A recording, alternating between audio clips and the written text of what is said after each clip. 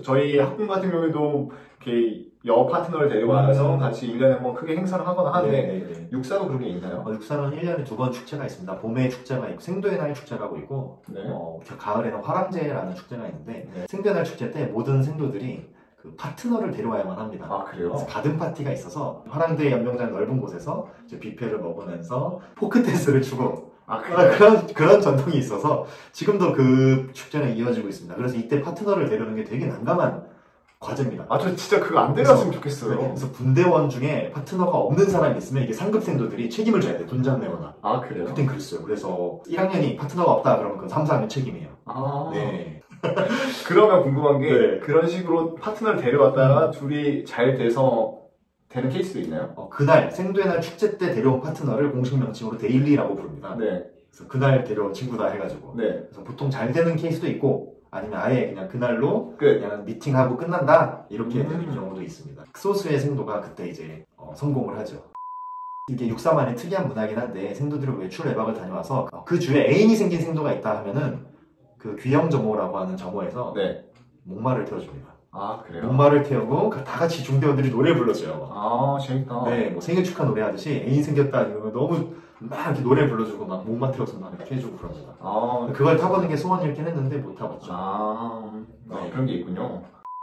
생도들도 다 보면 다 결국 사람이고 그쵸. 다 똑같은 사람입니다. 그래서 육사에는 상금제도라고 있어서 금혼, 금주, 금연 제도가 있었는데 저희 때까지는 굉장히 엄격하게 이게 강조가 됐어요. 금연은 말 그대로 담배 피지 말아라. 금주 술 마시지 말아라. 금혼은 이제 결혼하지 말아라인데 이게 이제 약간 용어를 그렇게 한 거고 이제 성관계를 하지 말아라.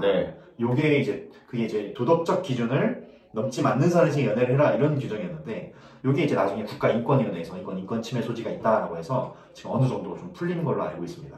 이 장교라고 하면 개인이 직접 자기의 선택에 책임을 질 수 있는 그게 바로 장교라 생각하는데 너무 또 통제해버리면 인간의 본성이나 이런 걸 너무 통제하면 물론 뭐 담배나 술은 이제 안 좋을 수 있죠. 근데 이제 그 부분이 되게 억압이 돼 있었어서 어떻게 보면 저는 생도생활 자체가 거의 반수도승 생활이었다라고 정의를 내려요. 저도 그런 것 같아요. 그렇게 살았어요 실제로. 그래서 거의 대부분이 그렇게 살았고 그래서 이제 이게 이제 장교가 되기 위한 절제력, 자기 통제력을 기르기 위한 거다라고 하지만 성인이고 그럼 또 일반적인 관점에서 무엇이 맞을지는 조금 고민을 해볼 필요가 있는 것 같아요. 여기서 우리가 막 영상에서 그게 맞다 틀리다고는 오해의 소지가 있기 때문에 그거는 각자 시청자분들 개인의 판단에 맡기겠습니다. 저는 개인적으로 러셀님이 말씀하신 것처럼 본인의 행동에 본인이 책임을 질 수 있는 선에서 그게 이제 진짜 장교로서 갖춰야 될 덕목이지 않을까. 저도 그렇게 생각을 합니다.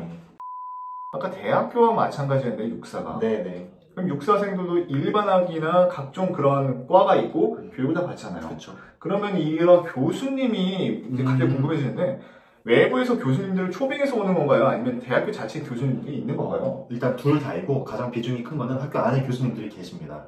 보통 교수님들은 육사 출신 또 타 출신에서 석사, 박사 학위를 따고 오신 분들이 교수님이 계십니다.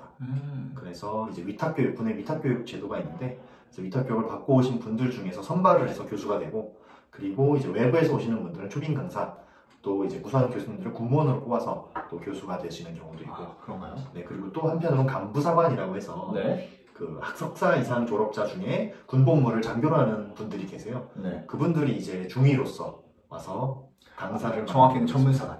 전문사관 맞습니다.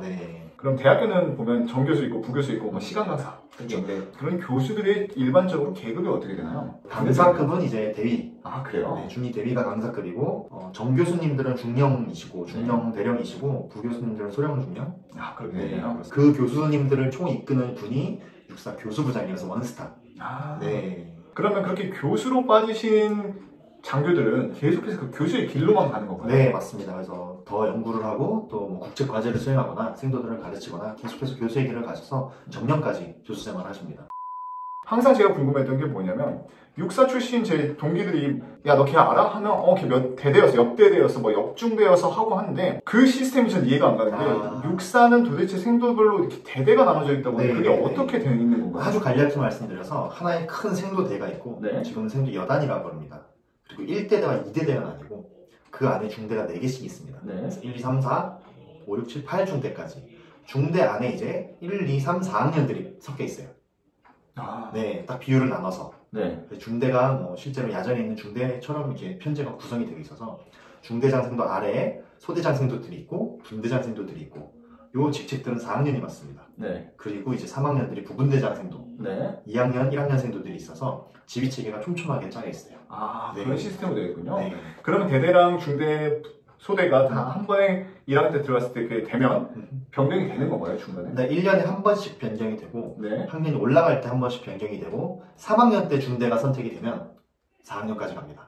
아, 그대로 쭉 간다는 거죠? 네, 그래서 중대는 총 3번 바뀌죠. 입학할 때 중대, 네. 1학년, 2학년 때 바뀌는 중대, 그리고 이제 3, 4학년 보내는 중대. 그래서 총 3번 바뀝니다. 그러면 육사가 250명이고 비록 같은 67기라 해도 나와 한 번도 안 섞일 수도 있겠네요. 그렇죠. 거의 되게 많습니다. 그래서 친구들한테 육사 걔 알아? 했을 때 알긴 알아. 알긴 아는데 다른 중대야. 아, 그러면 조금 덜 친할 수도 있다.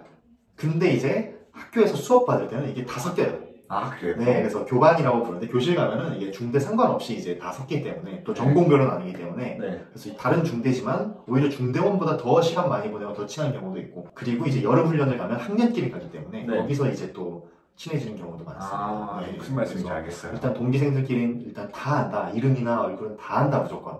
네. 근데 이제 친한 거는 진짜 개인별로 다르다. 자, 그럼 그렇게 대대랑 중대, 분대를 저희가 알아보았는데 3학년과 4학년은 이렇게 소대장, 대대장 임무를 수행하면 또 다른 1, 2학년들은 따로 직책 그런 게 없나요? 1, 2학년은 따로 직책이 아주 극소수가 있습니다. 1학년생도 중에는 이제 명예위원생도가 있어서 학년 명예위원생도, 또 동기회장생도 이 정도만 있고 2학년은 기수생도라고 있습니다.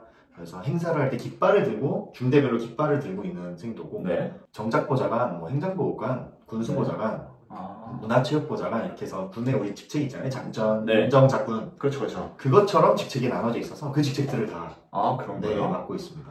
그럼 혹시 갑자기 드는 생각이 세진님께서는 생도 때 맡은 직책이 있으셨나요? 저는 직책을 좀 맡은 게 있었습니다. 어떤 거? 2학년 때는 이제 기수생도를 맡아서 기수는 키가 커야 하잖아요. 보통 중대 기수생도들은 그 중대장생도보다 약간 이렇게 아담한. 그래서 중대장생도가 맨 앞에 걸어가는데 기수생도가 크면 이제 기수생도가 보이잖아요. 그래서 중대장생도가 맨 앞에 걸어갈 때 뒤에서 이렇게 보좌할 수 있는 역할. 이게 이제 제일 아름다운 중대장과 기수생도의 모습이고, 그래서 기수생도를 해서 이제 중대의 깃발을 담당을 했었고, 이제 행사 때는 그런 역할을 맡고, 실제 그 당시에는 1학년생도들의 군기반장이었습니다. 1학년 때 중대 기수생도가 이제 1학년들의 군기반을 담당을 해서 이제 1학년 생도들이 잘못하는 건 없는지, 자세는 괜찮은지, 또 몇 학년이었대요? 제가 2학년 때. 그래서 그 역할을 맡았었고, 3학년 때는 부분대장생도는 대부분의 3학년 생도들이 하고 기파생도를 맡았습니다. 그래서 새롭게 입학하는 그 고등학생들을 1학년 생도로 만드는 기초군사훈련에 파견을 가는 그 근무생도. 그래서 기파생도를 했었고, 4학년 때는 하기 군사훈련 때 동기생들끼리 훈련을 갈 때 그때 중대장생도를 맡았어요. 그래서 하기 군사훈련 때 동기생들을 함께 이끌고 또 도와주는 또 작전을 이끌고, 그래서 중대장생도를 맡았고, 마지막까지 볼 때였습니다. 4학년 때 또 기파생도를 맡아서 그래서 제 후배생도들이 또 들어올 때 기파생도 역할을. 그럼 정말 다양한 걸 하셨는데 이게 지금 남생도를 기준으로 말씀을 드리는 건데 육사에 보면 여생도들도 있잖아요. 10%씩. 그럼 한 20명 정도 있는 걸로 제가 알고 있는데, 그럼 여생도들은 이렇게 중대장생도를 하거나 그런 건 없나요? 다 할 수 있습니다. 실제로 있었나요? 대대장생도도 있었고, 그래요? 중대장생도도 있었습니다. 기수? 네, 그렇습니다. 신기하네요. 기수생도도 이제 여생도도 이제 할 수 있었고, 그래요? 그래서 직책의 남녀생도 구분은 거의 없어진, 의지와 역량만 있으면 지원하고 또 선발되고 충분히 기회는 있습니다. 여생도라고 나약하거나 그런 거 전혀 생각하면 안 되죠? 네, 그렇습니다. 실제로 여생도들이 굉장히 의지도 되게 많이 가지고 있고, 몸이 아파서 잠깐 이렇게 다운될 수는 있지만 굉장히 강한 정신력과 또 인내심을 갖고 있는 경우를 많이 보았습니다.